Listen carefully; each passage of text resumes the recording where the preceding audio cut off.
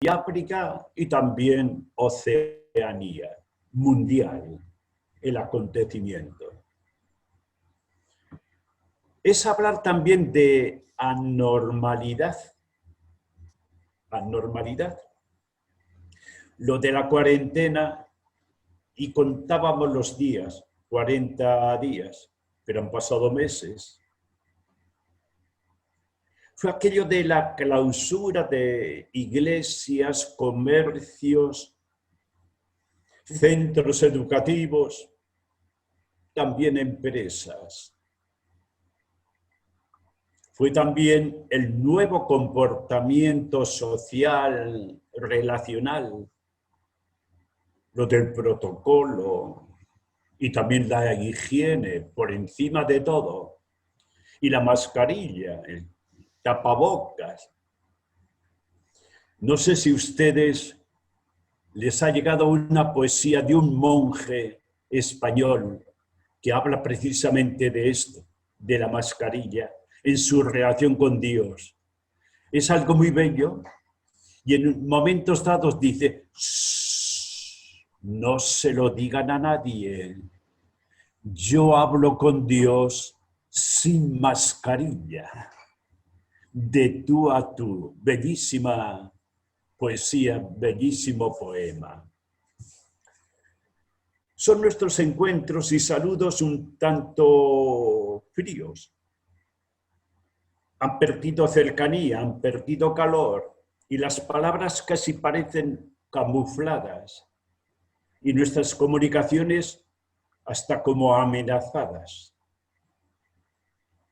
Han quedado afectados todos los sectores de la vida.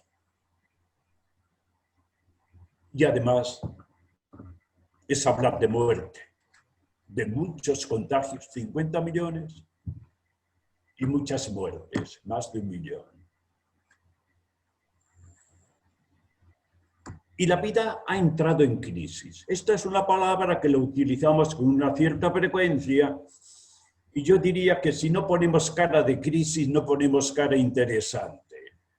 De tal modo que en la formación, el novicio, la novicia, la joven en formación, un día tiene que decir por encima de todo que está en crisis, porque si no, nadie se fija en él o en ella. Pero sí, es una palabra que ahí está. Ahora, se nos ha metido y tiene connotaciones tan fuertes.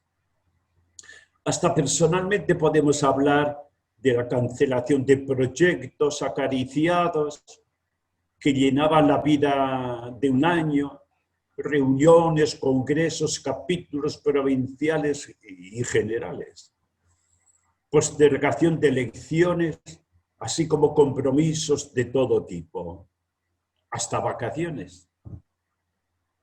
Y sobre todo, a nivel mundial, el desplome de la estructura económica, laboral, familiar, educativa, etc. Con consecuencias ciertamente dramáticas. Ahora bien, el culpable de toda esta catástrofe es el virus, el COVID-19. Y todos sabemos que el virus es una minúscula partícula infecciosa, pero que cuando encuentra una célula acogedora, la convierte en una auténtica fábrica reproductora de virus. Bueno, y de muertes. Es lo que nos dice nuestra historia actual. Este COVID-19 que a todos nos tiene atemorizados, y no es para menos, ya que nos está llevando por delante mucha humanidad. ¿Hacia dónde va todo esto? No es para quedarnos en el virus, en el COVID, mejor dicho, sino que esto nos abre al hecho de que hay mucha clase de virus en la vida. Hay virus físicos, otros son psicológicos, otros son morales, otros son espirituales. Hay virus de tipo netamente personal y otros de tipo social, etcétera. Mucho virus, mucha partícula infecciosa. Esa es una realidad. Por eso la presencia del virus la queremos localizar hoy en la vida consagrada. Dejamos a un lado el mundo amplio donde nadamos y nos centramos en nuestra experiencia como mujeres y hombres consagrados pertenecientes a una comunidad, a la comunidad.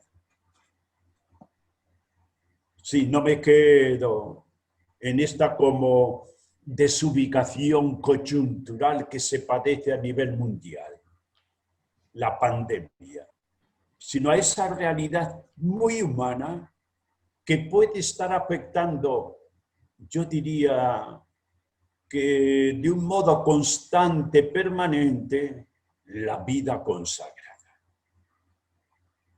Y es que desde hace años se vienen detectando, y concretamente sí, en la vida consagrada, en la vida comunitaria, porque es donde más se manifiesta. Se suele decir que vivir en vida de comunidad es vivir en mangas de camisa, donde no se disimula nada, donde además se concentra una experiencia tan intensa que difícilmente mantiene un como equilibrio y continuidad de vida interesante. Pues en la vida comunitaria, en la vida consagrada en general, son muchos los virus que van corroyendo en cierto modo la vida y la alegría fraternas. Porque además son virus que contagian, que se propagan y puede ser todo ello un fenómeno también alarmante. Apuntamos algunos. Después yo les diré, les invitaré, señalen otros virus, no para soltarlos aquí tal vez, o sí, como quieran. Supongamos, virus. Son esos movimientos internos de tipo comunitario que buscan la afinidad. Una cierta afinidad afectiva, sentimental, ideológica, podríamos decir, que se escogen mutuamente y caminan juntos, pero que inmediatamente provocan antagonismos a nivel de gran comunidad. Pueden ser las posturas radicalizadas que nos gusta tomar en la vida. Porque todo radicalismo es provocador de conflicto y además sostenido. Puede ser que se llegue hasta la eliminación, entre comillas, de personas, es decir, de hermanos y de hermanas del propio calendario. Ni nos enteramos si cumple años o si está enfermo, porque no nos preocupa. Es el desinterés. Puede ser también la fácil culpabilización de todo que estamos apuntando a los demás. En ciertos casos, ha ido aflorando un comportamiento que se traduce en competitividad, en espíritu arribista, que diría el Papa. Son muchos los curas que quieren ser obispos. Y tal vez algún fraile, quién sabe, ¿no? Y aparecen también unas palabras que yo titulo siempre amarillentas. que son los celos o las envidias, porque palidecen la vida. O es la crítica sistemática, o son los silencios, entre comillas, que niegan al hermano, negar la palabra, negar el saludo, situaciones fuertes, extremas tal vez, pero que se dan. ¿O es la mentira como fórmula de vida? ¡Qué terrible es! Un modo de vivir, mintiendo, virus. Coloco una palabra que sobre todo en ciertos sectores, en el mundo de la educación y demás, pues no siempre se ha entendido bien. Hay que ser profesionales, lógicamente, profesionales. En la educación hay que estar al tanto, hay que situarse en línea la profesión. Pero aquí hablamos de una profesión no propiamente religiosa o congregacional, sino ese como estatus personal que se va agenciando el hermano o la hermana de tipo profesional a la que se supedita todo lo demás. Los profesionales suelen tener aires de catedráticos o en ocasiones hasta de ejecutivos. Lo que prima en su vida religiosa es la organización, el eficacismo y sobre todo el éxito personal. Evidentemente, en este contexto personal, queda muy disminuida, muy anémica la dimensión espiritual, la motivación consecratoria.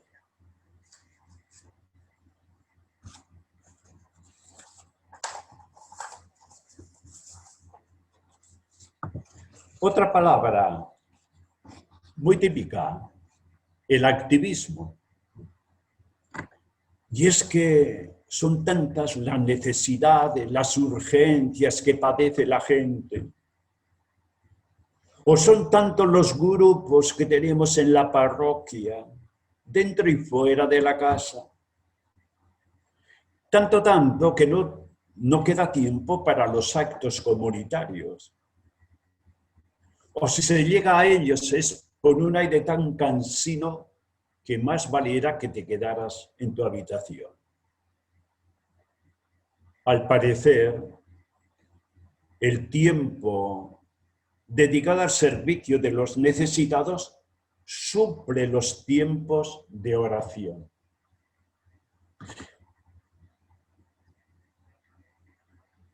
Y puede llegar un día en que para hacer lo que hago no necesito ser carmelita. Efectivamente.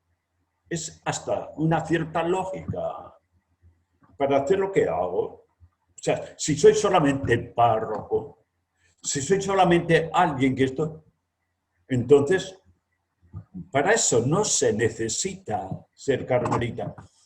Pero ser párroco perteneciente a una comunidad, brotando de la comunidad, acompañado de la comunidad, la cosa es seria. Porque es que tú no tienes la exclusiva de la parroquia. Pertenece a la comunidad y tú eres un delegado de la comunidad. No te des tanta importancia, no te creas en la exclusiva parroquial.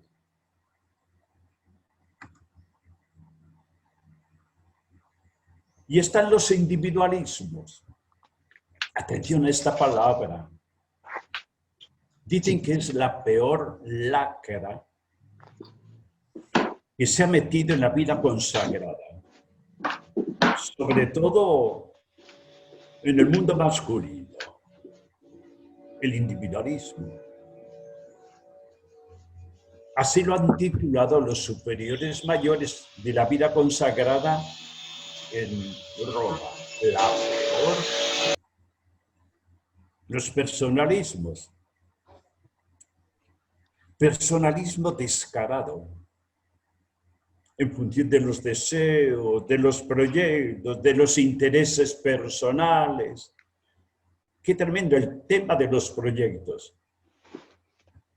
¿Cómo conciliar, armonizar los proyectos personales con el proyecto comunitario? ¿Cómo armonizar todo esto? A veces a mí me han hecho la pregunta, ¿cuál es antes, el proyecto personal o el proyecto comunitario? ¿Cuál es antes? Yo vocacionalmente he dicho, lo primero es el proyecto comunitario. Dentro de este proyecto, la comunidad es capaz de encajar tu proyecto personal, siempre que no escape al proyecto comunitario, que no lesione, pero con una capacidad de diálogo. Para eso está el diálogo comunitario, cuando cada hermano o hermana puede ir apuntando aquello que quisiera hacer, aquello a lo que está llamado, se siente llamado o llamada a trabajar. Y vamos a ver, esto sí es posible, lo otro tal vez no encaje, esperemos el próximo año o dentro de medio año. Ese diálogo franco, de pronto los proyectos personales encajan dentro del proyecto comunitario. El proyecto comunitario abraza, no permite que nadie ande por libre comunitariamente.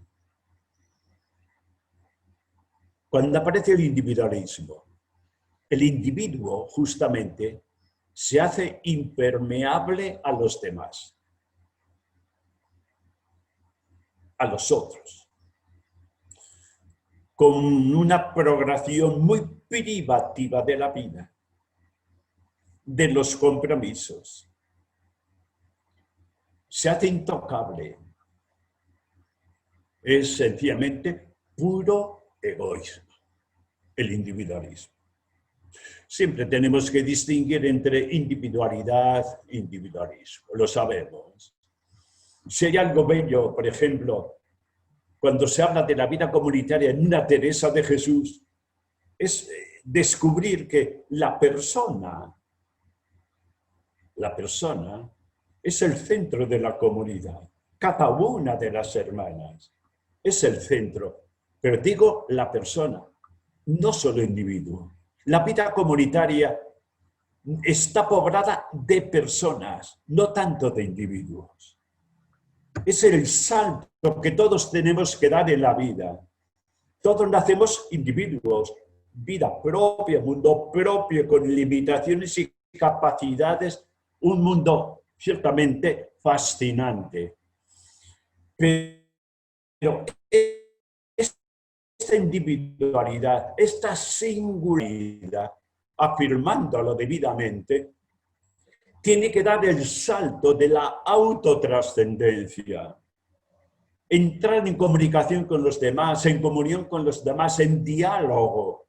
Entonces ya no somos solamente individuos, sino personas, categoría de personas, vida compartida, vida convivida. Y a veces en la vida consagrada no se ha dado ese salto. Sigue siendo uno solo individuo, con una hasta definición en latín antigua que era maravillosa, ¿no? Coincidiendo solo, exclusivamente con su propio mundo. No, la vida comunitaria está poblada de personas que han dado el salto y tienen un sentido permanente del otro, de la otra, del hermano, y no conciben su vida, sino convivida. Pero el individualista no. Para el individualista el hermano ha perdido rostro, no le dice nada.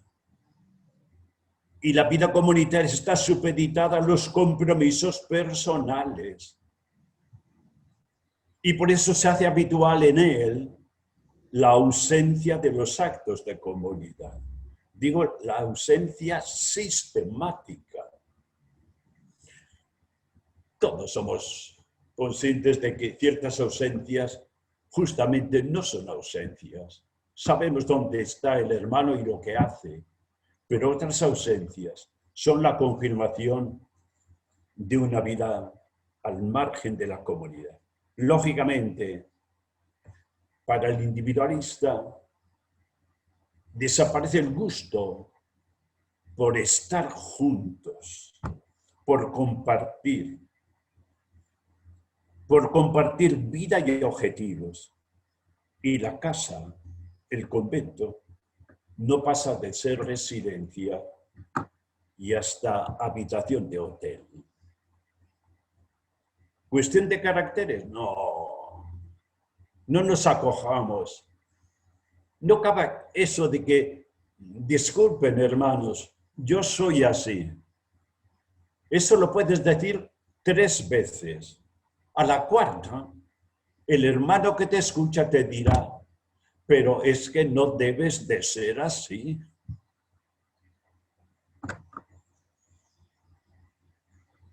Frente a esto, tenemos vacuna. Este es el problema que tenemos hoy día de cara a la pandemia, ¿no? Sucede que hay equipos, empresas, grandes centros científicos empeñados en dar definitivamente con la pandemia. Ayer no sé qué noticias dieron, ha subido la bolsa en el mundo, qué sé yo, ¿no? Pero no acabamos. Y la gente se nos sigue muriendo.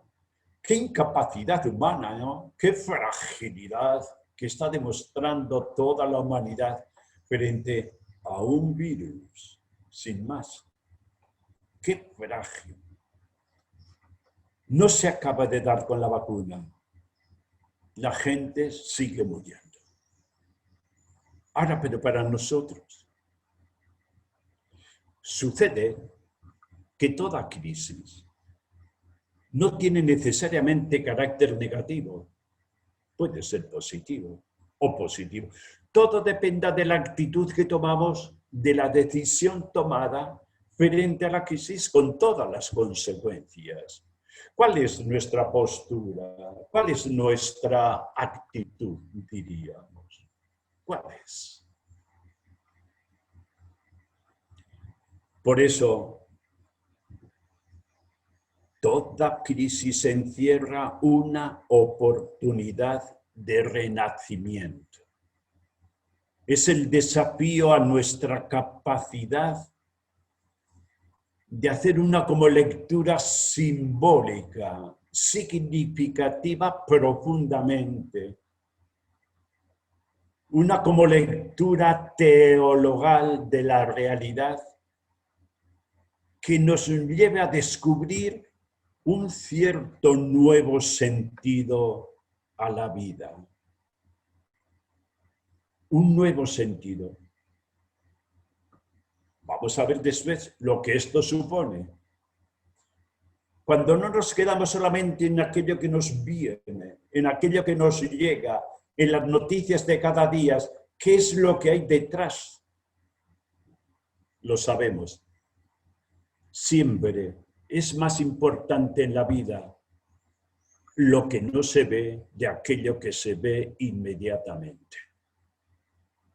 Claro que el Principito diría que para eso necesita una mirada del corazón y una mirada de la fe, que es lo que nos está pidiendo también esta hora nuestra.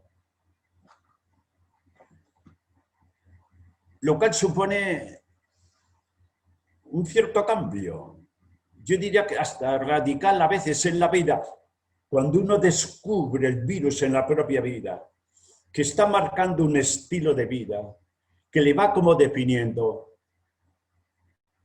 uno tiene que poner eso, corte a ese estilo de vida cuando no encaja en la vida consagrada y en la vida de comunidad.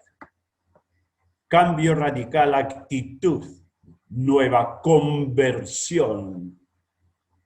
Con la gracia de Dios, se supone. Tenemos que provocar una como muerte simbólica también. A algo tenemos que morir para saber vivir. Algo tenemos que ir dejando para ser lo que tenemos que ser. El que no renuncia a lo que no le permite ser el que tiene que ser, seguirá siendo él, individualista y nada más. Pero para ser lo que yo tengo que ser a la luz de Dios, yo tengo que morir a todo aquello que no me permite realizar el proyecto de Dios en mi vida. Tengo que renunciar. Cuando la renuncia es a posteriori de la opción. Cuando tiene sentido, no es la muerte por la muerte, no es la renuncia por la renuncia. De hecho, lo que muere es un determinado estilo de oración, a veces digo de orientación en la vida, una cierta orientación. Es esa como conciencia que va apareciendo en la vida, que se apodera de uno y de pronto adormila la existencia. De tal modo que la misma ambigüedad en la que se entra, en esa como mediocridad que nos acompaña, pues lo vemos tan natural que nos define, nos identifica. Y todos estamos llamados a lograr que la vida adquiera dimensión de Dios constantemente, dimensión sagrada. Tiene que ser la óptica desde la cual vamos viendo y viviendo todo. Vacuna, vida teologal, hombres y mujeres videntes, videntes. Pienso en nuestro caso como carmelitas.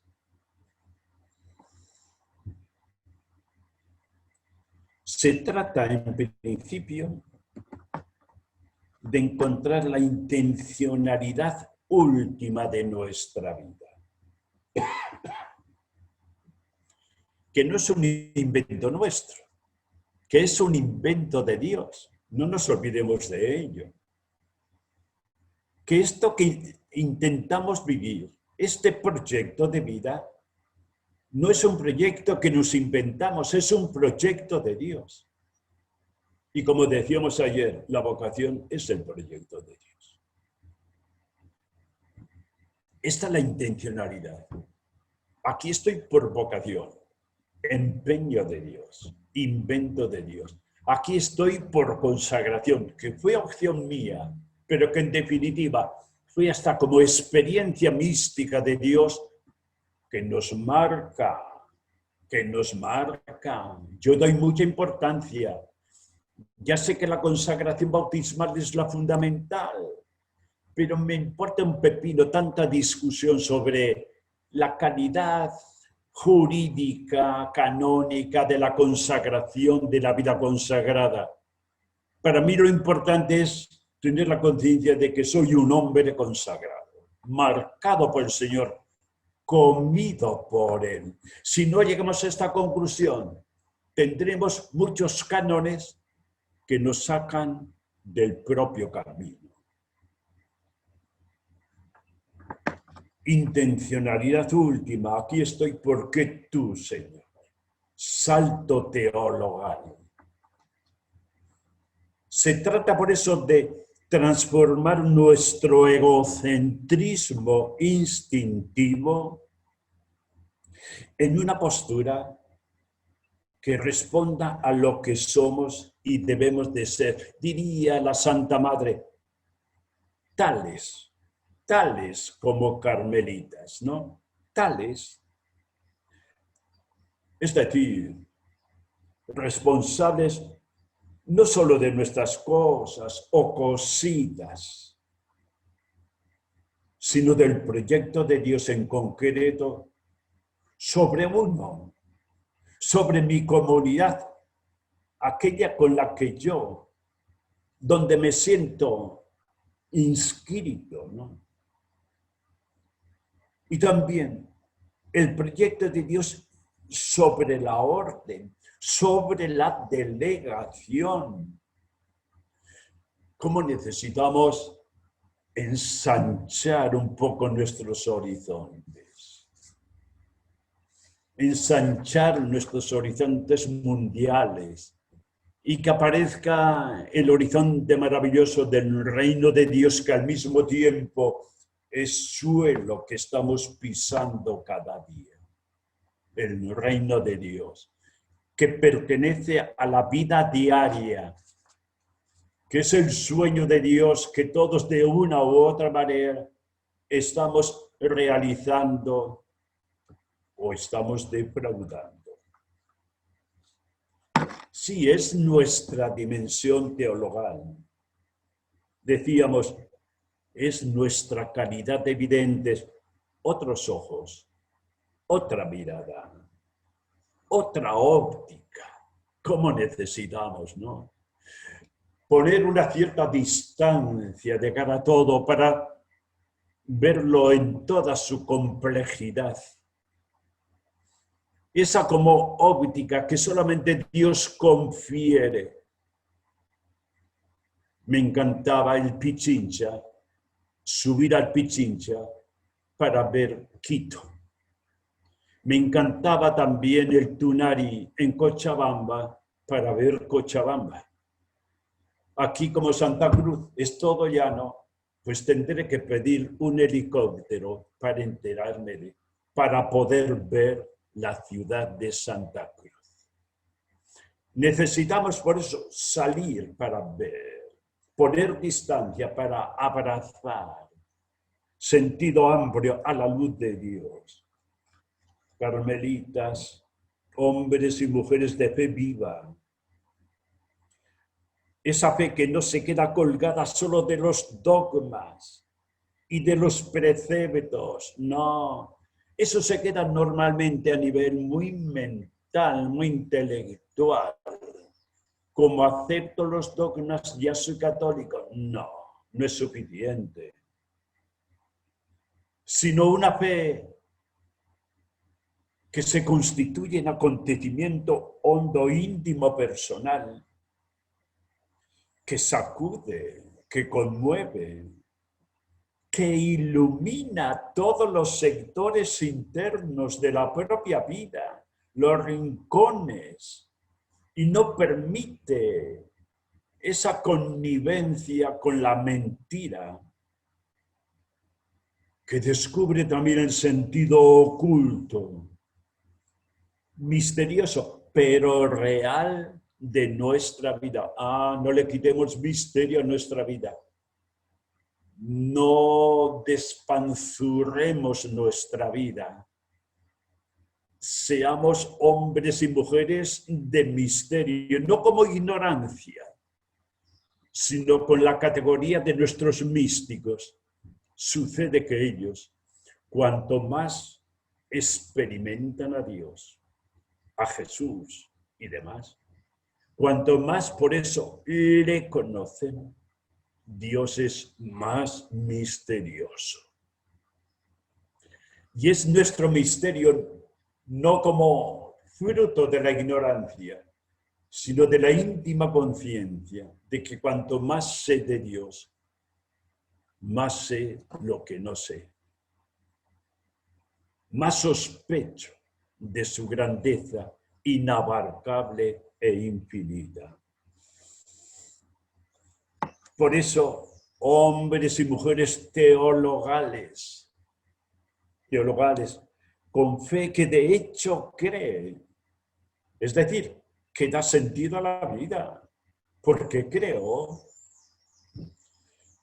con un amor que de hecho ama, que no disimula el amor, que tiene un sentido permanente del bien de los otros, de los demás, que no puede concebir sino una vida en la medida en que está en comunión con el mundo entero y con una esperanza que pone mirada especial. Me encanta. Cuando a veces he hablado de estas virtudes teologales, lo teologal, que no me gusta como tal, no me quedo en la palabra virtud. Me encanta titularlas la actitud fundamental de mi vida. La actitud fundamental. Se trata no tanto de tener fe, sino de ser fe. O sea, que mi vida se explique por la fe. Se trata no tanto de tener amor, sino ser amor, identificación profunda. Se trata de ser esperanza, porque de pronto uno descubre que tengo una mirada tan larga que no me detienen las piedras del camino, no me detienen las dificultades del camino, porque sé que mi meta es mucho más allá y de una u otra manera yo afronto los conflictos y dificultades con humildad. No siempre se solucionan los problemas, no siempre se acaban de solucionar los conflictos, pero de una u otra manera o separo las piedras o salto por encima de ellas. Mirada alta de la fe. Desde la altura se ven mejor las cosas. Se ve la ciudad. Si estás en la ciudad, no ves la ciudad. Ves calle, ves casas, ves azoteas. Y si vas por, qué sé yo, por Cochabamba, cuidado, que te vas a encontrar con que también el suelo está un poco descolocado y te vas a golpear con el tenderete que tienes enfrente. Mucha dificultad. Pongamos altura y profundidad. Ojalá que también en esto de la pandemia seamos capaces de descubrir señales del reino. Ojalá que incluso seamos capaces de ver lo que nadie ve, es decir, los brotes verdes al amparo de la pandemia. Ojalá que también frente al virus, los virus, que a veces pues matan tanta vida comunitaria, nosotros nos sintamos llamados a dar con la vacuna. A dar con la vacuna. Y les dejo unas preguntas.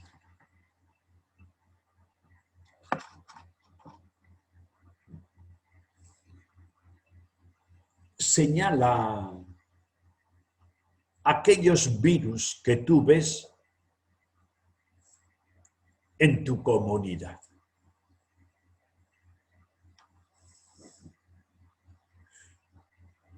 Y, por ejemplo, de cara a los padres, incluso en la delegación, importante es esto, virus en la delegación.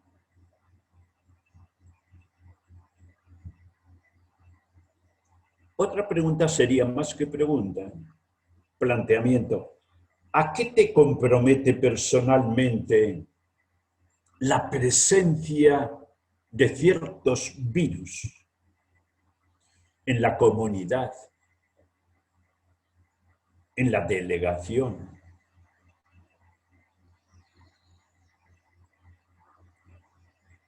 ¿Qué te pide el Señor? ¿Ser un virus más? ¿O por el contrario?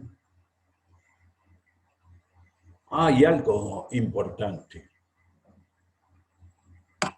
¿Qué vacuna sugieres?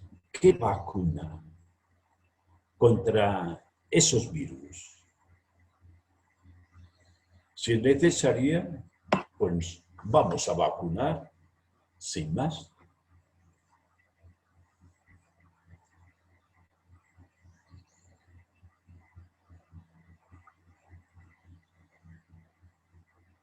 Y de momento nada más.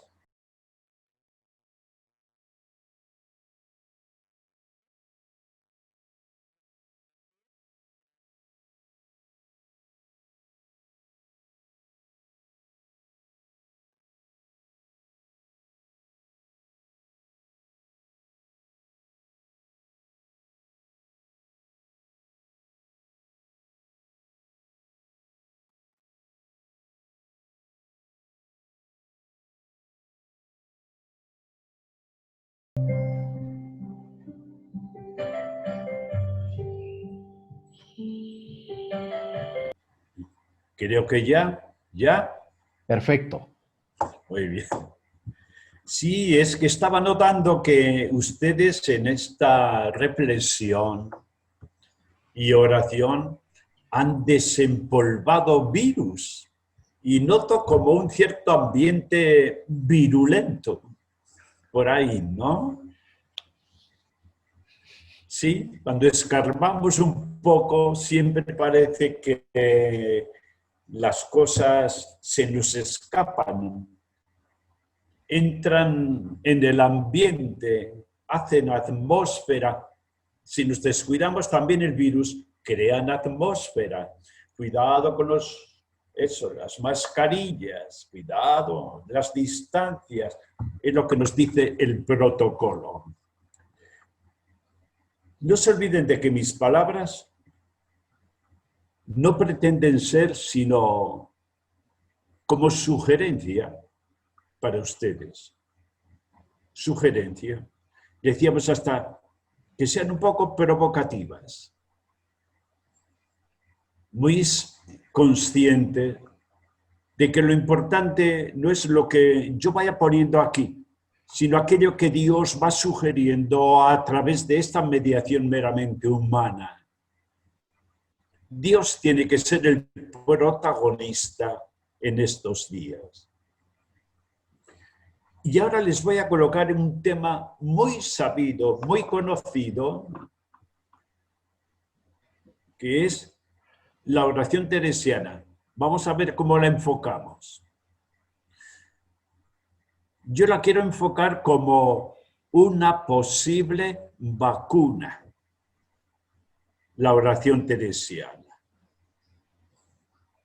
Una posible vacuna. Sabemos que la oración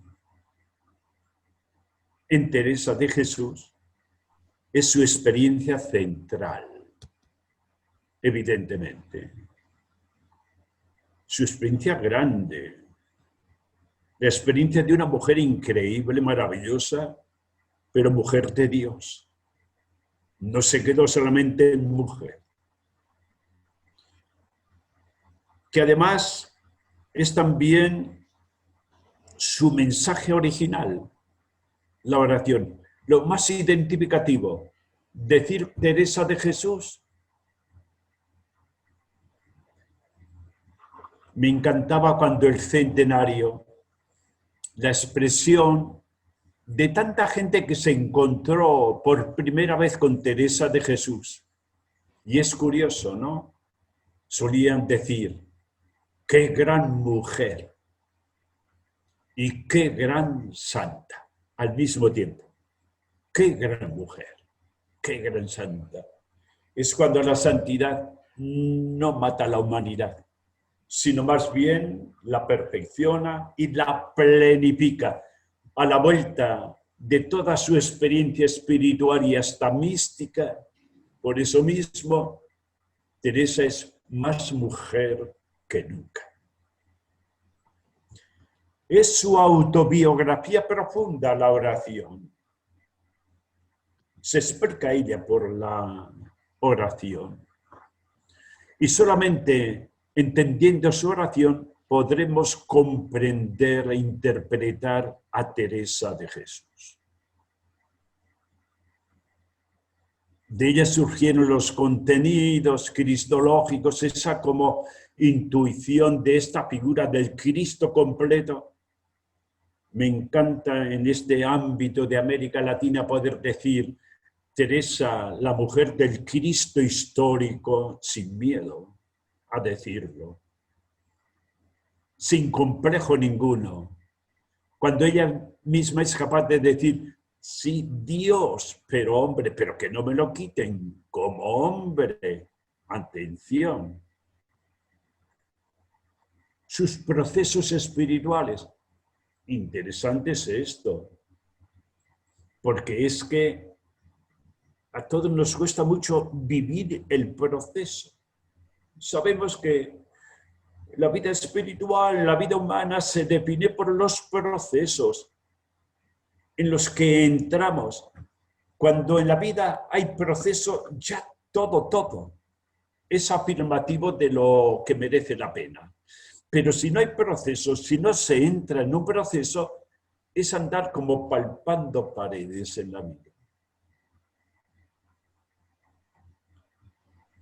Es también la autenticidad de la vida de Teresa de Jesús. Atención a esto por lo que vamos a decir.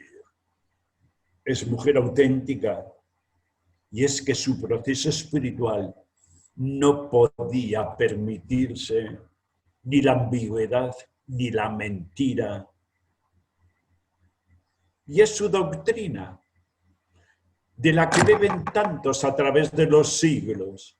Es la fundadora, es la santa. Sencillamente, esta Teresa nuestra, que además funda comunidades orantes y quiere que sus monjas y sus frailes sean orantes, nos dice que el secreto de su vida ha sido la oración. ¿Por qué fue la vacuna? Porque tuvo momentos y momentos, porque tuvo una situación de bastante ambigüedad. Y en ese contexto ella misma nos dice, dio gracias a Dios de que nunca dejé de hacer oración, que es lo que me salvó, la oración. Bien, entremos en una primera parte un poco rápida, a partir de la definición que todos sabemos. La definición clásica, ¿no?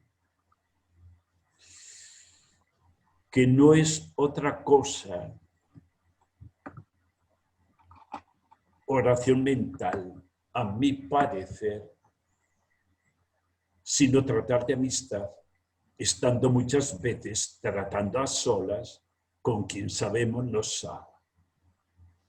Hemos hablado tantas veces, hemos escuchado tanto de cara a esta definición, entre comillas, porque viene a ser una como explicación. Lo viene anunciando durante capítulos que quiere dar la definición y cuando de pronto, cuanto algo es más intenso en la vida, más significativo, menos aguanta definiciones. Lo vital no aguanta definiciones, sencillamente es. Y la oración en ella es pura vida. Y es cuando habla de la oración como relación y la oración como encuentro interpersonal. La oración como diálogo, como comunicación, como amistad. Atención. Cuando quiere definir la mejor experiencia espiritual suya, que es la oración, no encuentra otro modo que trasladar lo mejor de su experiencia humana a la dimensión espiritual y teológica. Y entonces, para ella humanamente, ¿qué significaba la relación? Era una mujer de relación, de mucho contacto, hasta social. Era mujer de mucho encuentro interpersonal, de diálogo. El diálogo auténtico, que es como búsqueda conjunta de la verdad. Del diálogo que sobre todo es una capacidad de escucha, que dialogar, saber dialogar, no es tanto saber hablar, cuanto saber escuchar. Solo en la medida en que tenemos capacidad de escucha cabe esa interrelación profunda, ese empate interior. Y la comunicación comunicativa significará mucho de cara a la vida comunitaria. La comunicación, inventora de red de comunicaciones a través de sus cartas. Y la palabra bendita, tratar de amistad. La palabra más bendita humanamente para ella, amistad. Ser amigos, toda una categoría, ¿eh? No es fácil ser amigo. No es fácil tener esta como altura de autenticidad. Esta altura también de intimidad. Altura también de confidencia, de verdad, de perseverancia, de sentido del bien del otro. Amistad. ¿Cuáles son los protagonistas de la oración de Teresa? Dios y cada uno de nosotros. Importante es esto, ese encuentro, ese diálogo, esa interrelación. Pues aquí estamos. Y la pregunta que nos puede hacer Teresa, ¿cuál es el Dios de mi oración? Porque según la imagen que yo tenga de Dios, así va a ser mi oración. Si yo tengo, bueno, pues ya sabemos, una imagen lejana, distante de Dios, bueno, tranquilos, ni me ve. El Dios de Teresa era Trinidad y además amoroso y condescendiente, qué palabra bella, siempre en ella como en Juan de la Cruz. Y además Padre, y además amigo, y salvación, y misericordia, y perdón, y siempre me ha preocupado mucho el Dios de mi oración. Y el Dios de la oración de tantos y tantas. Porque depende de ello. No quiero hacer un Dios a medida mía. Un Dios facilón. Un Dios que yo me invento exageradamente comprensivo. Y tan buenazo que no merece la pena. El Dios de nuestra oración, como carmelitas, es un Dios luz que no aguanta oscuridades. Es un Dios amor que no aguanta egoísmos. Es un Dios bondad que no acepta malicias. Es un Dios belleza contra tanta fealdad. Es este Dios, Dios radical. Y cuando entramos en la experiencia auténtica de la oración, no hay escapatoria. O entras o desapareces. El Dios. ¿Cuál es el Dios de mi oración?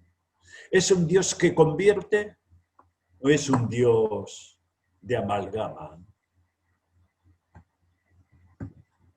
Y es la persona, la que somos cada uno, tan criatura de Dios ciertamente. Qué interesante para la Santa Madre, como para el Santo Padre, ¿no?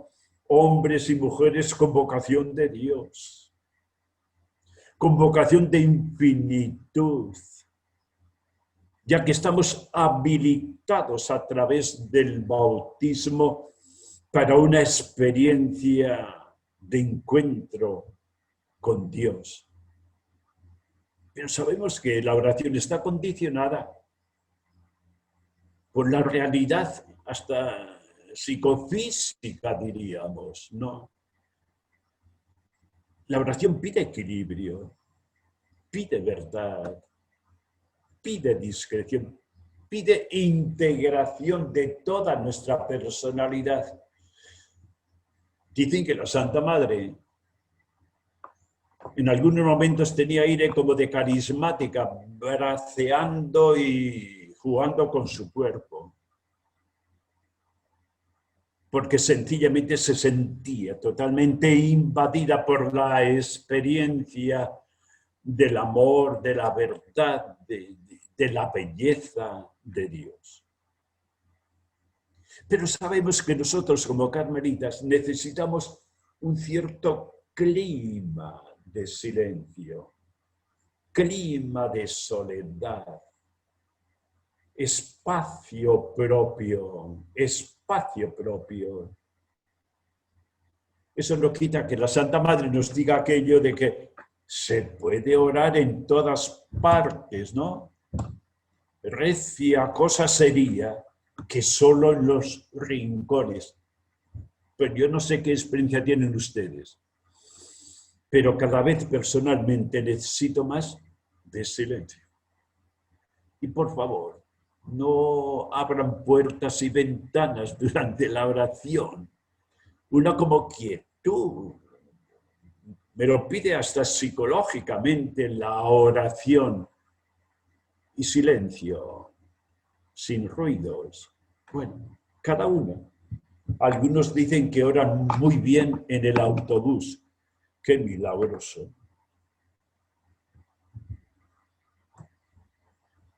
Sabemos que la Santa Madre es exigente. Por un lado, ansia de encontrar las condiciones. Es que no podemos llegar así olímpicamente a la oración. Aquello que nuestra juventud nos decía, una como preparación remota y todo, lo veíamos entonces como una imposición. Pero ese clima interior orante no se improvisa en los primeros de cambio. A veces vamos como volúmenes a la capilla, nos sentamos y aquí estoy, saco de papas arrimado a la pared. No, no, la oración es exigente. Tiene su estilo, su aire, ¿no? Además, se necesita una determinada determinación. Eso sabemos. Firmeza, coraje, perseverancia, aunque me duela. El otro día estaba leyendo un librito, La biografía del silencio, y el autor, Dors, hablaba de lo mucho que sufrió físicamente en la postura de la oración, que se sometió a sí mismo a una auténtica postura orante y que le dolía todo el cuerpo. Pero lo ha logrado y ya no sufre físicamente, pero vive espiritualmente. Y también otras virtudes para la Santa Madre es que va ella a la oración. A mí personalmente me encanta, necesito de entrada de cara a la oración lo que yo titulo una como presencialización. Una presencialización.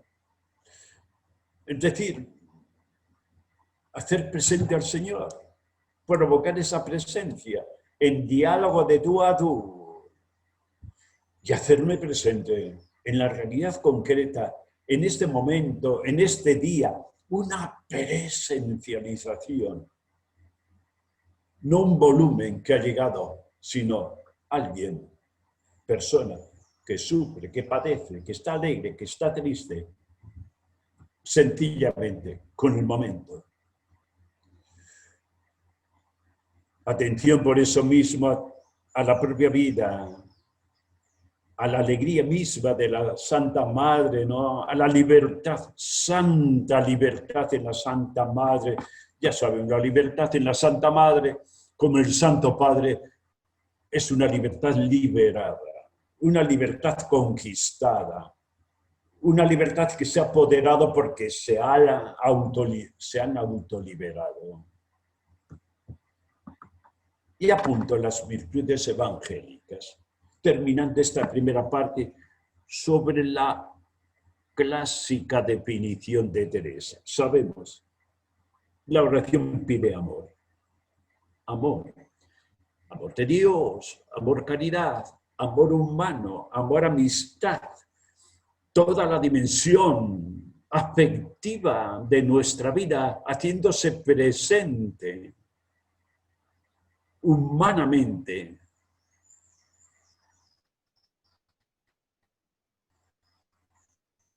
Pide deshacimiento.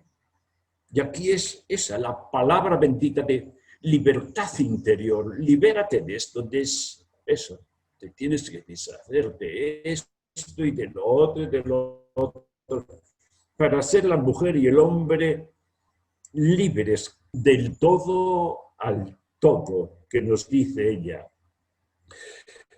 Hombres y mujeres sin esclavitudes, sin ataduras, y sentirse eso, abiertos al horizonte infinito de Dios en este mundo.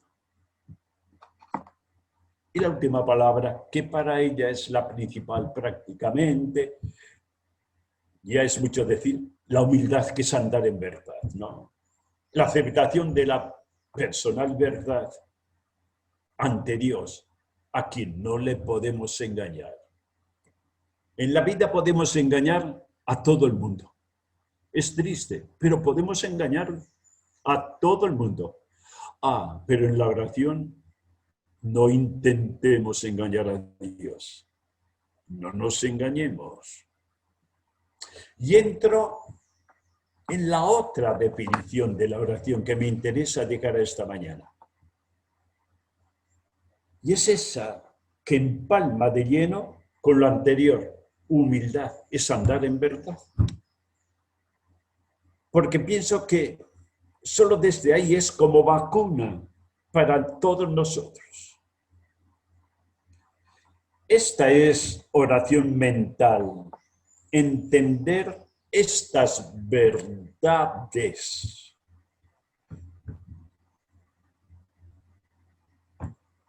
Pues sí.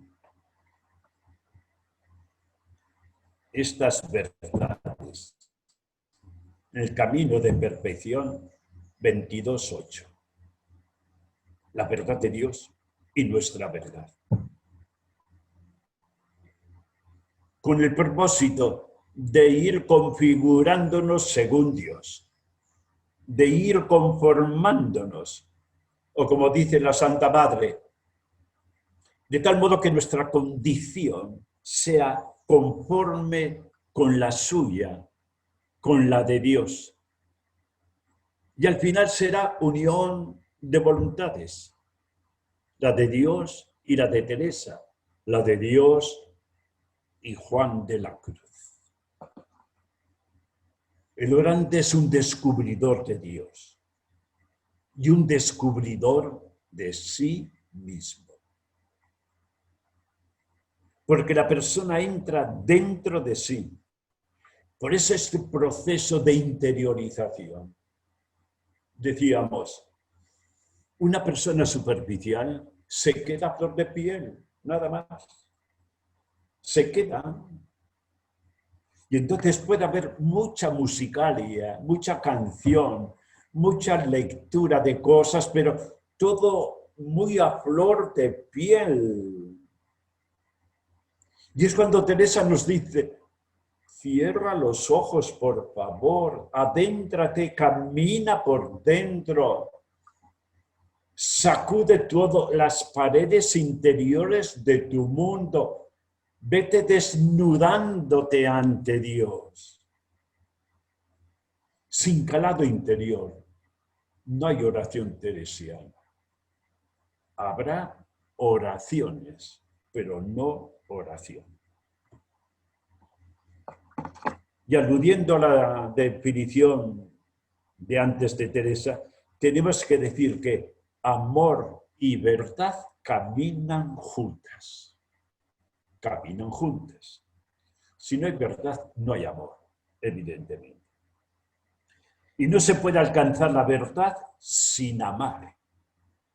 El amor hace la verdad más verdadera, más total, más plena, también más humana, más cálida, más comunicativa. De hecho, estamos llamados a ser vulnerables a la verdad de los otros. Nadie tiene la exclusiva. Por eso, amar es acoger lo que me viene del otro. Capacidad de escucha, de valoración, de respeto. Qué bellas palabras que definen el amor. Valoración y respeto del otro, hacia el otro. Si yo le respeto, permito que él sea él, que ella sea ella. Que no piense como yo pienso, que no sienta como yo siento, sino sencillamente cada uno un mundo. Y también, por eso mismo, respeto y valoración. Todo el mundo es sagrado. Solo podemos entrar en la vida de los demás pidiendo permiso, de puntillas. Es el Dios de Teresa, del Dios en Teresa de Jesús, que la deja libre.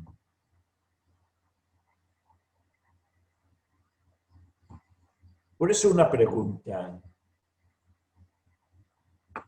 ¿Cuál es nuestra postura frente a la verdad? Nuestra postura.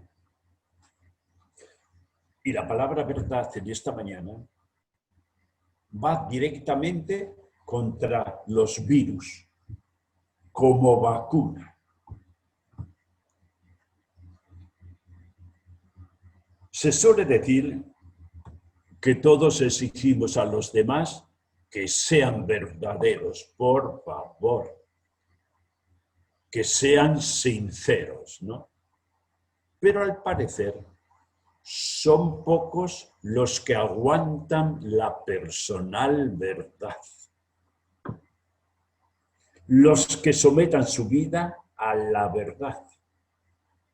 No una verdad meramente subjetiva, sino la verdad verificada, la contrastada, objetiva.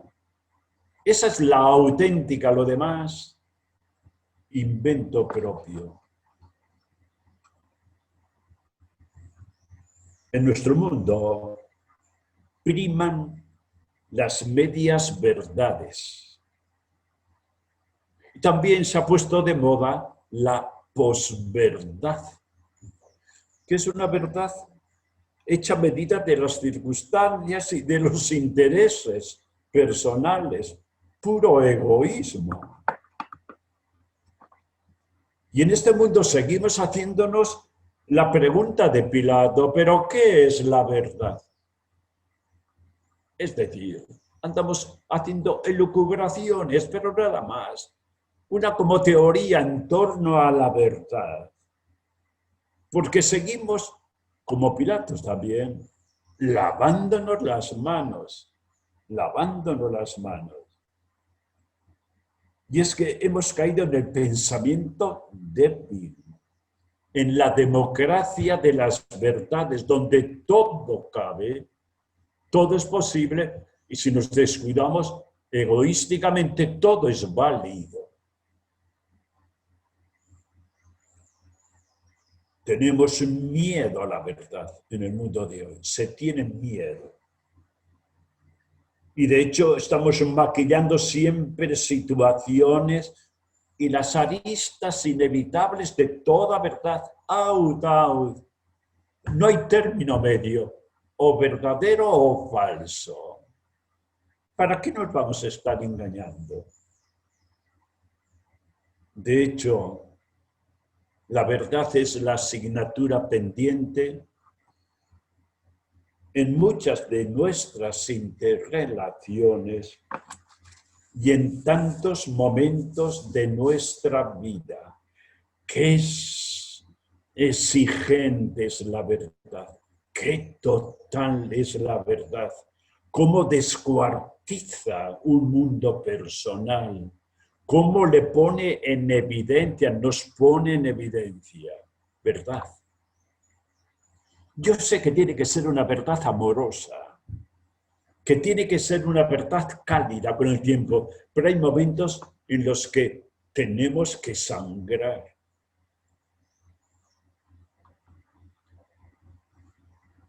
Orar es entender estas verdades, nos dice Teresa.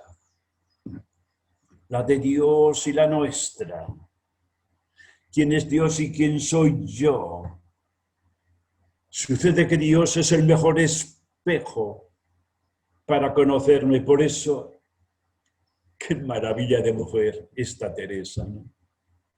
Cuando nos dice de inmediato, entrando de sopetón, y nos dice, te tienes que conocer, porque no conocerse es cosa de bestias.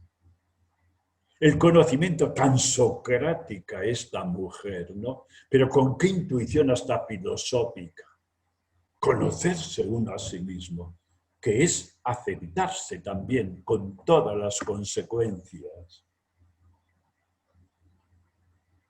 Todas las demás verdades dependen de esta verdad, como todos los demás amores de este amor, Dios y ella. Este es el diálogo fecundo en Teresa, Dios y ella, consciente de que Dios es la fuente de la verdad, como es la fuente también del amor. Y solo bebiendo de esa fuente vamos, de hecho, a sentirnos conformados por el amor, configurados por la verdad. En la oración, Dios se revela, se hace luz e ilumina nuestra intimidad, la intimidad de nuestra vida, de nuestro ser. Ella en un momento dado, a la altura de su vida ya, últimos capítulos, dirá, desde esta atalaya donde se ven verdades, eso, hay que subir un poco al helicóptero de la vida para verlo todo ya en su auténtica dimensión en la vida. Cómo necesitamos ir colocando cada cosa en su sitio, haciendo sitio ciertamente a cada cosa. Es fruto de la oración. Fruto. Una autora, Joan Chittister, escribe, pensando justamente en la oración teresiana, a la amistad es la verdad la que le da profundidad. Qué bonito, la verdad. En la amistad, si no hay verdad, es la experiencia más triste que cabe, ¿no? Puro engaño, pura mentira, puro aprovechamiento. La verdad, la que da profundidad. Y es la verdad la que la completa a la amistad o al amor. Es la verdad la que nos empuja a explorarnos a nosotros mismos, así como al otro también. A partir del conocimiento personal, proyectamos una capacidad de conocimiento en la vida de los demás. Es una como transferencia, pero positiva, interesante. La verdad valida la vida de las personas. Valida. Es esto. Nosotros sabemos de la significación de la verdad en la vida de Teresa. Ella vivió obsesionada por su personal verdad. La verdad era pasión, era hambre, era necesidad. No tanto ética, no. Teresa va por delante sobre todo con su propia experiencia. Eso, va por delante con lo que le pide Dios, que le pide más que lo que le pide la Iglesia. Le pide mucho más a ella. Es algo existencial. Por eso la verdad la identifica, la define. Aquello que en algún momento dijo que no tiene conciencia de haber mentido nunca. ¿Se imaginan ustedes con qué cara nos presentamos ante Teresa de Jesús? Que ella nos dice, yo no tengo conciencia de haber mentido nunca. Oh, Dios mío, me meto debajo de la mesa, ¿no? ¿Qué significó la verdad en Teresa? ¿Qué tiene que significar? A esto voy en nuestra vida. Significó tener el coraje de ser la que tenía que ser. Fuerte. El coraje de ser. Y de pronto yo como carmelita, el coraje de ser carmelita, es que con esto tengo, pero mucho trabajo por delante. No sé cuánto trabajo será, porque a mi edad no es para echar tampoco calendarios, ¿no? Pero tener el coraje de ser el que tengo que ser. Es por eso en ella y en nosotros, en cada uno, el desafío diario, en lo más hondo de nuestro ser, lo significó en Teresa, con sometimiento constante a la luz. Dicen que los niños tienen miedo a la oscuridad, tienen miedo a la noche, pero que nosotros los mayores, según avanzamos en la vida, tenemos miedo a la claridad, tenemos miedo al día, miedo a la verdad. ¿Será posible? Y en ella aparece Teresa con la luz, con la transparencia, con la simplicidad, con la sencillez, que es una palabra muy difícil de vivir, ¿eh? Yo cuando pregunto aquí en Bolivia, así preguntaba en las clases, ¿cuál es la virtud tal vez más significativa de la mujer boliviana? Y normalmente siempre he escuchado la sencillez. Y yo les decía, uy, ¿saben lo que dicen? Lo más difícil de la vida es ser sencillo. Sencillo es el sabio. El profesor diletante va a la clase con un montón, un rimero de libros. Además, aparece hablando de sus estudios y sus títulos y universidades. Es decir, se atrinchera. El sabio va así. El diletante dice hasta lo que no sabe. El sabio solo dice aquello que pueden los alumnos comprender. Es la diferencia. La sencillez es cosa de sabios y de santos. Y además, entre nosotros, por lo bajillo, muy bajito, que no se entere nadie, pero que una mujer sea sencilla es doble conquista. Y Teresa era sencilla, espontánea, sin más. Soy amiga de Llanet, de verdad. Fue tomar conciencia de que la verdad como la libertad son don y conquista, son un derecho y sobre todo un deber.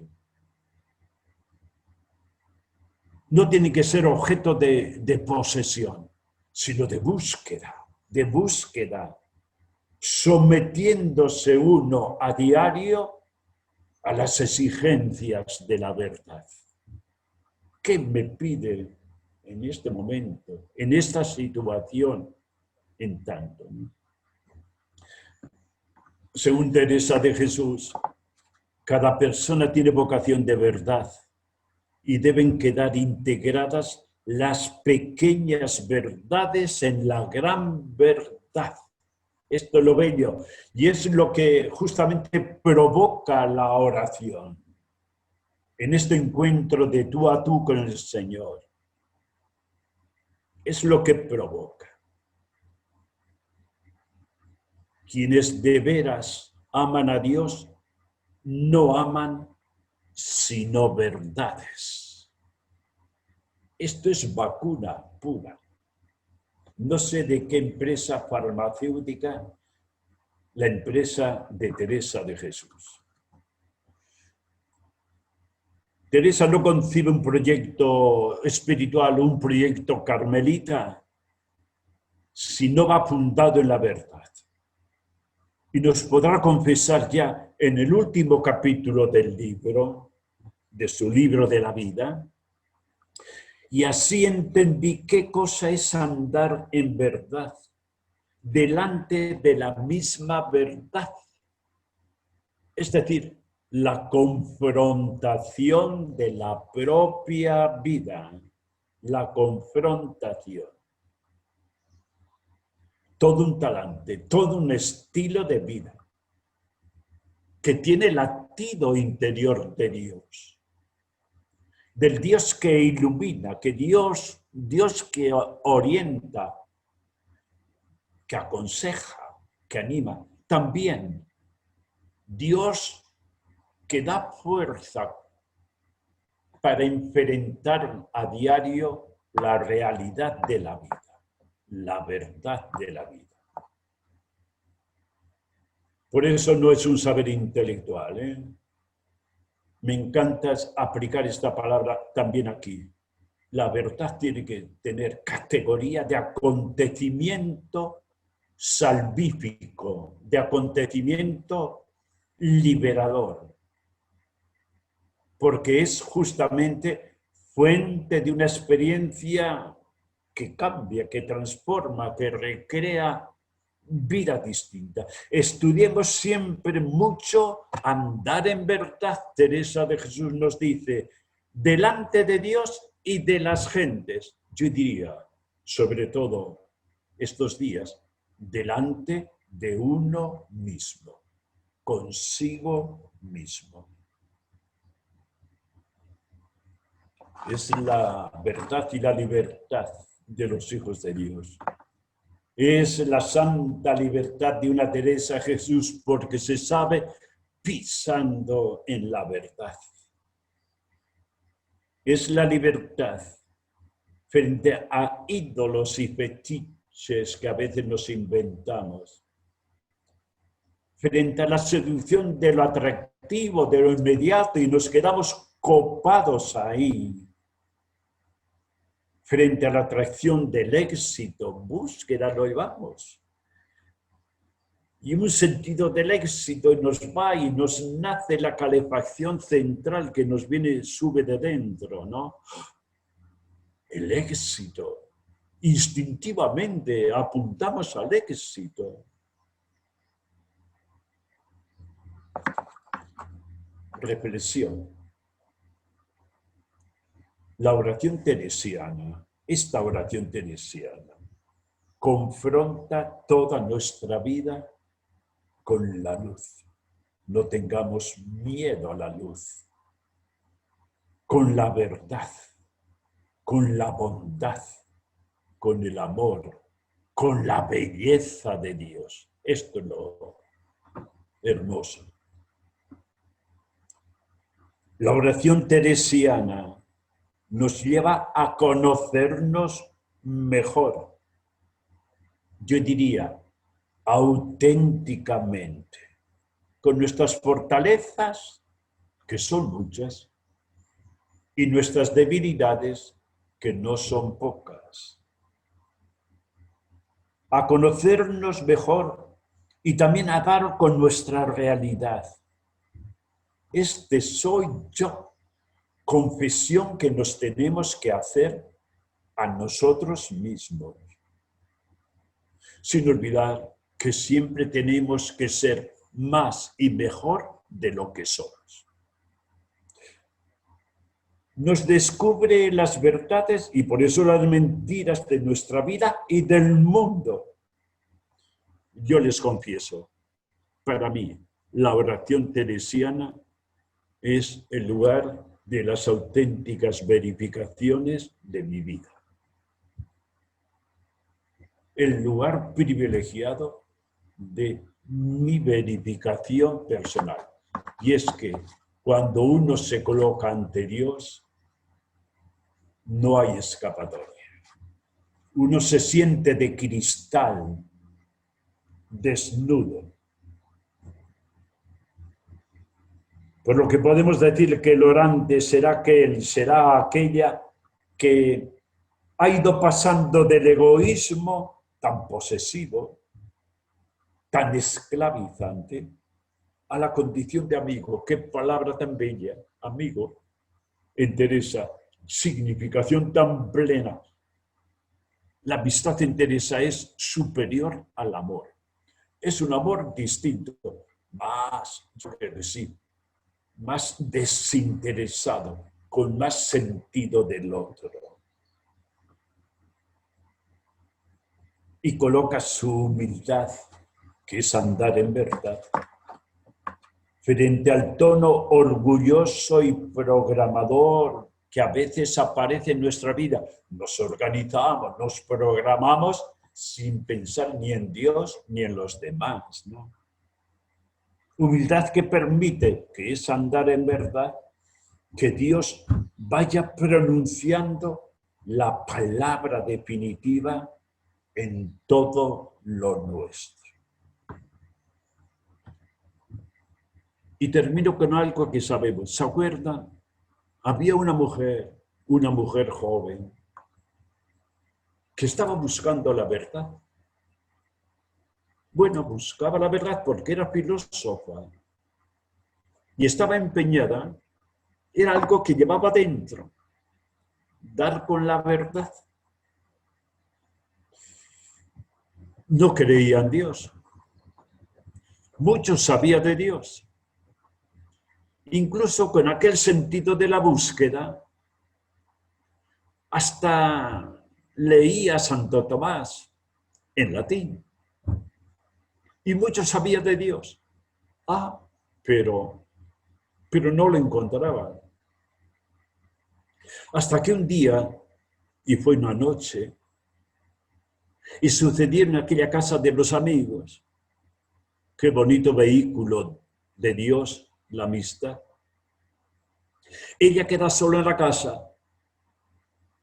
Cierto que entonces no había televisión, pero que, aunque hubiera habido televisión, hubiera ido a donde fue, a la biblioteca de sus amigos, que era una biblioteca amplia e interesante. Y de pronto, entre tanto liberaco, pues eso, autobiografía, Santa Teresa de Jesús. ¿Quién será? Y sucedió aquello, que comenzó a leerla y amaneció con las últimas páginas de la autobiografía de Teresa. Y la mujer filósofa, que le echaba mucha cabeza, mucha búsqueda, a través de libros, a través de pronto, esto es la verdad. Ella, Teresa, la mujer tan identificada con la verdad, aparece como el símbolo real de la verdad en ella. Y ya sabemos toda la historia. Edista, qué belleza. E inmediatamente que se va a la parroquia y le dice que quiere tal. Y le da el catecismo y a la semana que vuelve y dice, ya quiero, pero sí, no está preparada. Y el cura dirá, sabía más que yo. Esto es la verdad. Qué gran definición. Para mí, la auténtica vacuna, hermanos. Contra tanto virus, esta es vacuna de las de verdad. ¿Nos hacemos alguna pregunta? ¿Qué me dice el binomio oración-amistad? Qué bonita palabra. Sobre todo, qué experiencia tan única la de la amistad, ¿no? ¿Qué me dice el binomio oración-amistad? Es que hay que ser amigos.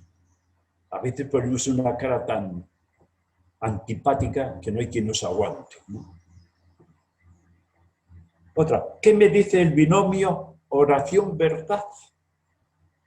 Especie de aplicación muy concreta.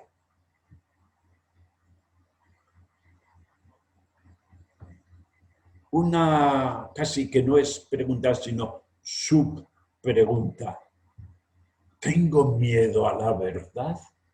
Es pregunta. ¿Tengo miedo?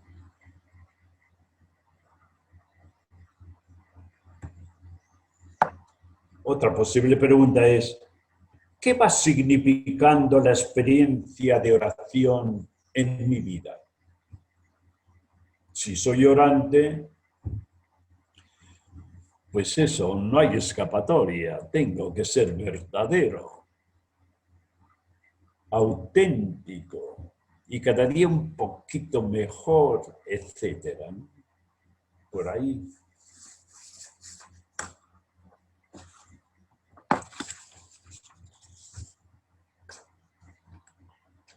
Muy bien, con todo cariño, hermanos.